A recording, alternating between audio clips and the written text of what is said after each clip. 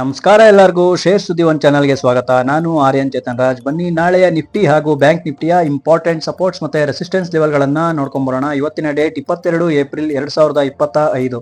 Video ಶುರು ಮಾಡೋಕ್ಕೂ ಮುಂಚೆ ಇನ್ನು ಯಾರ್ಯಾರು ನಮ್ಮ ಚಾನಲ್ಗೆ ಸಬ್ಸ್ಕ್ರೈಬ್ ಆಗಿಲ್ವೋ ಅವರೆಲ್ಲ ಸಬ್ಸ್ಕ್ರೈಬ್ ಮಾಡ್ಕೊಳ್ಳಿ, ಹಾಗೆ ಬೆಲ್ ಐಕನ್ ಒತ್ತೋದನ್ನ ಮರಿಬೇಡಿ. ಸೊ ಬನ್ನಿ ವಿಷಯಕ್ಕೆ ಬರೋಣ. ನಿಫ್ಟಿ ಹಾಗೂ ಬ್ಯಾಂಕ್ ನಿಫ್ಟಿಯ ಚಾರ್ಟ್ ಅನಾಲಿಸಿಸ್ ಶುರು ಮಾಡೋದಕ್ಕೂ ಮುಂಚೆ ನಿನ್ನೆಯ ಡಿಐಸ್ ಮತ್ತೆ ಎಫ್ಐಎಸ್ ಡೇಟಾಗಳನ್ನ ನಿಮಗೆ ತಿಳಿಸ್ತೀನಿ. ಡಿಐಸ್ಗಳು 246 ಕೋಟಿಯಷ್ಟು ಬೈ ಮಾಡಿದ್ದಾರೆ. ಎಫ್ಐಎಸ್ಗಳು 1970 ಕೋಟಿಯಷ್ಟು ಬೈ ಮಾಡಿದ್ದಾರೆ. ಸೊ ನಿನ್ನೆಯ ಮಾರ್ಕೆಟ್ ಅಪ್ ಮೂವ್ ಆಗೋದಕ್ಕೆ ಕಾರಣ ಇದೇನೆ. ಸೊ ಇಬ್ರು ಕೂಡ ಬೈ ಮಾಡಿದ್ರು, ಸೊ ಅದಕ್ಕೆ ಮಾರ್ಕೆಟ್ ಮೇಲೆ ಹೋಯ್ತು. ಇದು ನಿಮ್ಗೆ ತಿಳಿಸ್ತಾ ಇರೋದು 21 ಏಪ್ರಿಲ್ದು, ಅಂದ್ರೆ ನಿನ್ನೆಯ ಡೇಟಾ. ಇವತ್ತಿನ ಡೇಟಾ ಸಂಜೆ 7:30 ನಂತರ ಸಿಗುತ್ತೆ. ಸೊ ಹಾಗೆ ಇವತ್ತು ನಿಫ್ಟಿಯಲ್ಲಿ ಟಾಪ್ ಗೇನರ್ಸ್ ಮತ್ತೆ ಟಾಪ್ ಲೂಸರ್ಸ್ ಯಾರು ಅಂತ ನಿಮ್ಗೆ ಹೇಳೋದಾದ್ರೆ, ITC ಇವತ್ತು 2.36% ಅಪ್ಪಲ್ಲಿ ಕ್ಲೋಸ್ ಆಗಿದೆ. ಹಿಂದೂಸ್ತಾನ್ ಯೂನಿಲಿವರ್ 2.21% ಅಪ್ಪಲ್ಲಿ ಕ್ಲೋಸ್ ಆಗಿದೆ. HDFC ಬ್ಯಾಂಕ್ 1.71% ಅಪ್ಪಲ್ಲಿ ಕ್ಲೋಸ್ ಆಗಿದೆ. ಜಿಯೋ ಫಿನಾನ್ಸ್ 1.71% ಅಪ್ಪಲ್ಲಿ ಕ್ಲೋಸ್ ಆಗಿದೆ. M&M 1.70% ಅಪ್ಪಲ್ಲಿ ಕ್ಲೋಸ್ ಆಗಿದೆ. ನೆಕ್ಸ್ಟ್ ಬನ್ನಿ ನಿಫ್ಟಿಯಲ್ಲಿ ಟಾಪ್ ಲೂಸರ್ಸ್ ಯಾರು ಅಂತ ನೋಡ್ಕೊಂಡ್ ಬರೋಣ. ನಿಫ್ಟಿಯಲ್ಲಿ ಟಾಪ್ ಲೂಸರ್ಸ್ ಯಾರು ಅಂತ ನೋಡೋದಾದ್ರೆ, ಇಂಡಸ್ಇಂಡ್ ಬ್ಯಾಂಕ್ 4.79% ಡೌನ್ ಅಲ್ಲಿ ಕ್ಲೋಸ್ ಆಗಿದೆ. ಪವರ್ ಗ್ರಿಡ್ 2.11% ಡೌನ್ ಅಲ್ಲಿ ಕ್ಲೋಸ್ ಆಗಿದೆ. ಹೀರೋ ಮೋಟೋ 2.02% ಡೌನ್ ಅಲ್ಲಿ ಕ್ಲೋಸ್ ಆಗಿದೆ. ಇನ್ಫೋಸಿಸ್ 1.93% ಡೌನ್ ಅಲ್ಲಿ ಕ್ಲೋಸ್ ಆಗಿದೆ. ವಿಪ್ರೋ 1.87% ಡೌನ್ ಅಲ್ಲಿ ಕ್ಲೋಸ್ ಆಗಿದೆ. ಸೊ ನೆಕ್ಸ್ಟ್ ಬನ್ನಿ ನಿಫ್ಟಿ ಹಾಗೂ ಬ್ಯಾಂಕ್ ನಿಫ್ಟಿಯ ಚಾರ್ಟ್ ಅನಾಲಿಸಿಸ್ ನೋಡ್ಕೊಂಡ್ ಬರೋಣ. ನೆಕ್ಸ್ಟ್ ನಾವು ನಾಳೆಯ ನಿಫ್ಟಿ ಚಾರ್ಟ್ ಅನಾಲಿಸಿಸ್ ನೋಡೋದಕ್ಕೂ ಮುಂಚೆ ನಿನ್ನೆ ನಾವು ಮಾಡಿದಂತಹ ಚಾರ್ಟ್ ಅನಾಲಿಸಿಸ್ ಪರ್ಫೆಕ್ಟ್ ಆಗಿ ಇತ್ತಾ ಇಲ್ವಾ ಅಂತ ನೋಡೋದಾದ್ರೆ, ನಿನ್ನೆ ನಮಗೆ ಕ್ಲೋಸಿಂಗ್ ಕೊಟ್ಟಿತ್ತು ಈ ರೇಂಜ್ ನಲ್ಲಿ. ನಿನ್ನೆ ನಾವು ಡಿಸ್ಕಷನ್ ಮಾಡಿದ್ವಿ, ಸಪೋರ್ಟ್ ಮತ್ತೆ ರೆಸಿಸ್ಟೆನ್ಸ್ ಲೆವೆಲ್ ಗಳನ್ನ ನಾವು ಹಾಕೊಂಡಿದ್ವಿ, ನೆನಪಿದ್ಯಾ? ಯಾರು ಆ ವಿಡಿಯೋ ನೋಡಿಲ್ಲ ಅಂತಂದ್ರೆ ಮತ್ತೆ ನೋಡಿದ್ರೆ ನಿಮ್ಗೆ ತಿಳಿಯುತ್ತೆ. ನೋಡಿ, ಈ ಲೆವೆಲ್ಗಳು ನಮ್ಗೆ ರೆಸಿಸ್ಟೆನ್ಸ್ ಮತ್ತೆ ಸಪೋರ್ಟ್ ಆಗಿ ವರ್ಕ್ ಆಗ್ತಾ ಇದೆ ಅಂತ ತಿಳಿಸ್ಕೊಟ್ಟಿದ್ದೆ. ಈ ಲೆವೆಲ್ ನ ಕ್ರಾಸ್ ಮಾಡ್ಲೇಬೇಕಾಗಿರುತ್ತೆ, ಜೆನ್ಯೂನ್ ಬ್ರೇಕ್ಔಟ್ ಸಿಗ್ಬೇಕಾಗಿರುತ್ತೆ ಅಂತ ತಿಳಿಸ್ಕೊಟ್ಟಿದೆ. ಈ ಲೆವೆಲ್ ಅಂತಂದ್ರೆ 24,200 ಈ ಲೆವೆಲ್ ನ ದಾಟಿದ ನಂತರ ನಾವು ಟ್ರೇಡ್ಗೆ ಪ್ಲಾನ್ ಮಾಡ್ಕೋಬಹುದು ಅಂತ ತಿಳಿಸ್ಕೊಟ್ಟಿದೆ. ನೋಡಿ, ಈ ಲೆವೆಲ್ ನ ಕ್ರಾಸ್ ಸರಿಯಾಗಿ ಮಾಡ್ಲೇ ಇಲ್ಲ, ಜೆನ್ಯೂನ್ ಬ್ರೇಕ್ಔಟ್ ಕೊಡ್ಲೇ ಇಲ್ಲ, ಇದು ಫೇಕ್ ಬ್ರೇಕ್ಔಟ್.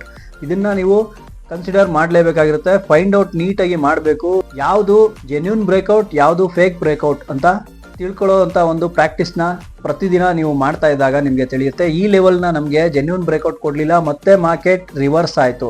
ಈ ಲೆವೆಲ್ ಅಲ್ಲಿ ನಮ್ಗೆ ಕ್ಲೋಸಿಂಗ್ ಕೊಟ್ಟಿದೆ. ನೆಕ್ಸ್ಟ್ ನಾವು ನಿನ್ನೆಯ bank Nifty chart analysis perfect ಆಗಿ ಇತ್ತಾ ಇಲ್ವಾ ಅಂತ ನೋಡೋದಾದ್ರೆ, ನಿನ್ನೆ ನಾವು ಈ ಲೆವೆಲ್ ಗಳನ್ನ ಸಪೋರ್ಟ್ ಮತ್ತೆ ರೆಸಿಸ್ಟೆನ್ಸ್ ಲೆವೆಲ್ ಅಂತ ನಾವು ಕನ್ಸಿಡರ್ ಮಾಡ್ಕೊಂಡಿದ್ವಿ. ಈ ಲೆವೆಲ್ ನ ದಾಟಿದ ನಂತರ ನಾವು ಬೈಯಿಂಗ್ ಆಪರ್ಚುನಿಟೀಸ್ಗೆ ಹೋಗಬಹುದು ಅಂತ ತಿಳಿಸ್ಕೊಟ್ಟಿದೆ. ನೋಡಿ, ಇಲ್ಲಿ ಒಂದು ಜೆನ್ಯೂನ್ ಬ್ರೇಕ್ಔಟ್ ಸಿಕ್ಕಿದೆ. ಈ ಜೆನ್ಯೂನ್ ಬ್ರೇಕ್ಔಟ್ ಸಿಕ್ಕ ನಂತರ ನಮ್ಮ ಫಸ್ಟ್ ಟಾರ್ಗೆಟ್ ಏನಿದೆ ಅದನ್ನ ರೀಚ್ ಮಾಡಿದೆ. 55,750 ನಮ್ಮ ಫಸ್ಟ್ ರೆಸಿಸ್ಟೆನ್ಸ್ ಆಗಿರುತ್ತೆ ಅಂತ ತಿಳಿಸ್ಕೊಟ್ಟಿದ್ದೆ. ಆ ಲೆವೆಲ್ ನ ಟಚ್ ಮಾಡಿ ಟಾರ್ಗೆಟ್ ಬುಕಿಂಗ್ ಆಗಿದೆ. ನೆಕ್ಸ್ಟ್ ಬನ್ನಿ ನಾಳೆಯ ನಿಫ್ಟಿಯ ಚಾರ್ಟ್ ಅನಾಲಿಸಿಸ್ ನೋಡ್ಕೊಂಡ್ ಬರೋಣ. ನೆಕ್ಸ್ಟ್ ನಾವು ನಾಳೆಯ ನಿಫ್ಟಿ ಚಾರ್ಟ್ ಅನಾಲಿಸಿಸ್ ನೋಡೋದಾದ್ರೆ, 15 ಮಿನಿಟ್ಸ್ ನ ಟೈಮ್ ಫ್ರೇಮ್ ನಲ್ಲಿ ನಮಗೆ ಕ್ಲೋಸಿಂಗ್ ಕೊಟ್ಟಿರೋದು ಈ ರೇಂಜ್ ನಲ್ಲಿ 24,134 ರೇಂಜ್ ಅಲ್ಲಿ ಕ್ಲೋಸಿಂಗ್ ಕೊಟ್ಟಿದೆ. ನಾಳೆ ಮಾರ್ಕೆಟ್ ಗ್ಯಾಪ್ ಅಪ್ ಅಲ್ಲಿ ಓಪನ್ ಆಯ್ತು ಅಂತಂದ್ರೆ ನಮ್ಗೆ ಈ ರೇಂಜ್ ನ ಕ್ರಾಸ್ ಮಾಡ್ಲೇಬೇಕಾಗಿರುತ್ತೆ. 24,251 ರೇಂಜ್ ನ ಕ್ರಾಸ್ ಮಾಡ್ಲೇಬೇಕಾಗಿರುತ್ತೆ. ಇಲ್ಲಿ ಜೆನ್ಯೂನ್ ಬ್ರೇಕ್ಔಟ್ ಸಿಗ್ಬೇಕಾಗಿರುತ್ತೆ. ಮಲ್ಟಿಪಲ್ ಕನ್ಫರ್ಮೇಶನ್ ಆದ ನಂತರ ನಮ್ಮ ಮೇಜರ್ ಟಾರ್ಗೆಟ್ ಇದಾಗಿರಬಹುದಾದಂತಹ ಸಾಧ್ಯತೆ ಇರುತ್ತೆ. 24,500 ನಮ್ಮ ಟಾರ್ಗೆಟ್ ಆಗಿರಬಹುದಾದಂತಹ ಸಾಧ್ಯತೆ ಇರುತ್ತೆ. ನೋಡಿ, ಈ ಲೆವೆಲ್ ನಮ್ಮ ಮೇಜರ್ ಟಾರ್ಗೆಟ್ ಆಗಿರುತ್ತೆ. ಯಾವಾಗ ಅಂತಂದ್ರೆ ಈ ಲೆವೆಲ್ ನ ಟೆನಿಕಾಸ್ಟ್ ಕ್ರಾಸ್ ಮಾಡಲೇಬೇಕು ಸರ್. ಅದಾದ್ಮೇಲೆ ನಾವು ಬೈಯಿಂಗ್ ಆಪರ್ಚುನಿಟೀಸ್ ನ ಹುಡುಕ್ಬೋದು. ಇನ್ ಕೇಸ್ ಮಾರ್ಕೆಟ್ ಈ ಲೆವೆಲ್ ನ ದಾಟ್ಲಿಲ್ಲ ಅಂತಂದ್ರೆ ಮಾರ್ಕೆಟ್ ಇದೇ ಲೆವೆಲ್ ಅಲ್ಲಿ ಟೈಮ್ ಪಾಸ್ ಮಾಡಬಹುದಾದಂತಹ ಸಾಧ್ಯತೆ ಬಹಳ ಹೆಚ್ಚಿರುತ್ತೆ. In case market gap down ಅಲ್ಲಿ ಓಪನ್ ಆಯ್ತು ಅಂತ ಅನ್ಕೊಳ್ಳೋಣ. ಗ್ಯಾಪ್ ಡೌನ್ ಅಲ್ಲಿ ಓಪನ್ ಆದ್ರೆ ನಮ್ಮ ಮೇಜರ್ ಸಪೋರ್ಟ್ ಇದಾಗಿರುತ್ತೆ. 24,000 ನಮ್ಮ ಮೇಜರ್ ಸಪೋರ್ಟ್ ಆಗಿರುತ್ತೆ. ನಮ್ಮ ಟಾರ್ಗೆಟ್ ಇದಾಗಿರುತ್ತೆ. 23,800 ನಮ್ಮ ಟಾರ್ಗೆಟ್ ಆಗಿರ್ಬೋದಾದಂತಹ ಸಾಧ್ಯತೆ ಇದೆ. ಓಕೆನಾ? ಸಪೋರ್ಟ್ ನಂಬರ್ 1, ಸಪೋರ್ಟ್ ನಂಬರ್ 2 ಅಂತಾನು ನಾವು ಇದನ್ನ ತಿಳ್ಕೊಬಹುದು. ಸಪೋರ್ಟ್ ನಂಬರ್ 3 ಇದಾಗಿರುವ ಸಾಧ್ಯತೆ ಇರುತ್ತೆ. 23,600 ತನಕನು ಬರ್ಬೋದಾದಂತಹ ಸಾಧ್ಯತೆ ಇರುತ್ತೆ. ಯಾವಾಗ ಈ ಲೆವೆಲ್ ನ ಬ್ರೇಕ್ಔಟ್ ಕೊಟ್ಟ ನಂತರ ಅಗೇನ್ ಈ ಲೆವೆಲ್ನು ಕೂಡ ನಮ್ಗೆ ಟಚ್ ಮಾಡಿ ಇಲ್ಲಿಂದ ಜೆನ್ಯೂನ್ ಬ್ರೇಕ್ಔಟ್ ಕೊಡ್ತಾ ಇದೆ ಅಂತಂದ್ರೆ ನನ್ಗೆ ನೆಕ್ಸ್ಟ್ ಟಾರ್ಗೆಟ್ ಕಾಣಿಸ್ತಾ ಇರೋದು ಈ ಲೆವೆಲ್.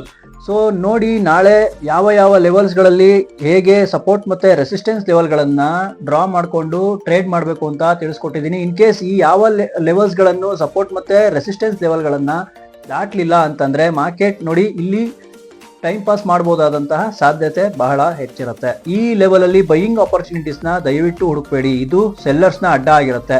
ಮಾರ್ಕೆಟ್ ನ ಮೇಲ್ಗಡೆನೂ ಹೋಗಕ್ ಬಿಡಲ್ಲ, ಕೆಳಗಡೆನೂ ಹೋಗಕ್ ಬಿಡಲ್ಲ. ಅಂದ್ರೆ ಇಲ್ಲೇ ಅಡ್ಡಾಡ್ತಾ ಇದೆ ಅಂತಂದ್ರೆ ಸೆಲ್ಲರ್ಸ್ ನ ಒಂದು ಟಾರ್ಗೆಟ್ ಆಗಿರುತ್ತೆ.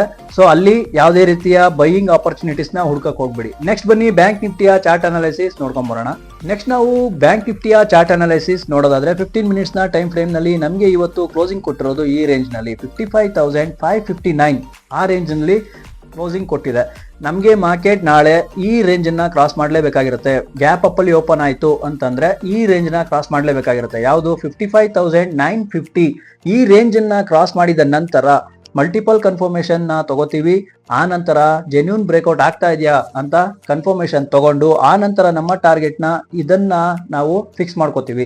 56,400 ನಮ್ಮ ರೆಸಿಸ್ಟೆನ್ಸ್ ನಂಬರ್ 1 ಆಗಿರ್ಬೋದಾದಂತಹ ಸಾಧ್ಯತೆ ಇರುತ್ತೆ. ಈ ಲೆವೆಲ್ ನ ಟಚ್ ಮಾಡಬಹುದಾದಂತಹ ಸಾಧ್ಯತೆ ಇರುತ್ತೆ. ಇನ್ ಕೇಸ್ ಈ ಲೆವೆಲ್ ನು ಕ್ರಾಸ್ ಮಾಡಿದ ನಂತರ 56,600 ನಮ್ಮ ರೆಸಿಸ್ಟೆನ್ಸ್ ನಂಬರ್ 2 ಆಗಿರುತ್ತೆ. 56,600 ರೆಸಿಸ್ಟೆನ್ಸ್ ನಂಬರ್ 2 ಆಗಿರ್ಬೋದಾದಂತಹ ಸಾಧ್ಯತೆ ಹೆಚ್ಚು. ಇನ್ ಕೇಸ್ ಮಾರ್ಕೆಟ್ ಗ್ಯಾಪ್ ಡೌನ್ ಅಲ್ಲಿ ಓಪನ್ ಆಯ್ತು ಅಂತ ಅನ್ಕೊಳ್ಳೋಣ, ಈ ರೇಂಜ್ ಅನ್ನ ಕ್ರಾಸ್ ಮಾಡಲೇಬೇಕಾಗಿರುತ್ತೆ. 55,559 ಈ ರೇಂಜ್ ಅನ್ನ ಕ್ರಾಸ್ ಮಾಡಿಕೊಂಡು ಮಾರ್ಕೆಟ್ ಹೊರಗಡೆ ಬರ್ತಾ ಇದೆ, ಇಲ್ಲಿ ಜೆನ್ಯೂನ್ ಬ್ರೇಕ್ಔಟ್ ಕೊಡ್ತಾ ಇದೆ ಅಂತಂದ ನಂತರ ಮಲ್ಟಿಪಲ್ ಕನ್ಫರ್ಮೇಶನ್ ಮಾಡಿಕೊಂಡು ನಮ್ಮ ಮೇಜರ್ ಟಾರ್ಗೆಟ್ ಇದಾಗಿರುವ ಸಾಧ್ಯತೆ ಇರುತ್ತೆ. ನೋಡಿ 55,000 ನಮ್ಮ ಮೇಜರ್ ಸಪೋರ್ಟ್ ಆಗಿರ್ಬೋದಾದಂತಹ ಸಾಧ್ಯತೆ ಇರುತ್ತೆ. ಸಪೋರ್ಟ್ ನಂಬರ್ 1 ಅಂತ ಬರಿತಾ ಇದ್ದೀನಿ. ಈ ಲೆವೆಲ್ ನಮ್ಮ ಸಪೋರ್ಟ್ ನಂಬರ್ 1 ಆಗಿರುತ್ತೆ. ಸಪೋರ್ಟ್ ನಂಬರ್ 2 ಇದಾಗಿರ್ಬೋದಾದಂತಹ ಸಾಧ್ಯತೆ ಇರುತ್ತೆ. 54,000 ಸಪೋರ್ಟ್ ಲೆವೆಲ್ 2, 54,000 ಫೈನಲ್ ಸಪೋರ್ಟ್ ಆಗಿರ್ಬೋದಾದಂತಹ ಸಾಧ್ಯತೆ ಇರುತ್ತೆ. ಇನ್ ಕೇಸ್ ಎರಡು ರೇಂಜ್ ಅನ್ನ ದಾಟ್ಲಿಲ್ಲ ಅಂತಂದ್ರೆ ಮಾರ್ಕೆಟ್ ಅಗೇನ್ ಇಲ್ಲಿ ಟೈಮ್ ಪಾಸ್ ಮಾಡಬಹುದಾದಂತಹ ಸಾಧ್ಯತೆ ಇರುತ್ತೆ. ಇವತ್ತು ನೋಡಿ ಒಂದು ಟಾರ್ಗೆಟ್ ನ ರೀಚ್ ಆದ ನಂತರ ಮಾರ್ಕೆಟ್ ಡೌನ್ ಆಯ್ತು, ಟೈಮ್ ಪಾಸ್ ಮಾಡ್ತಾ ಇತ್ತು.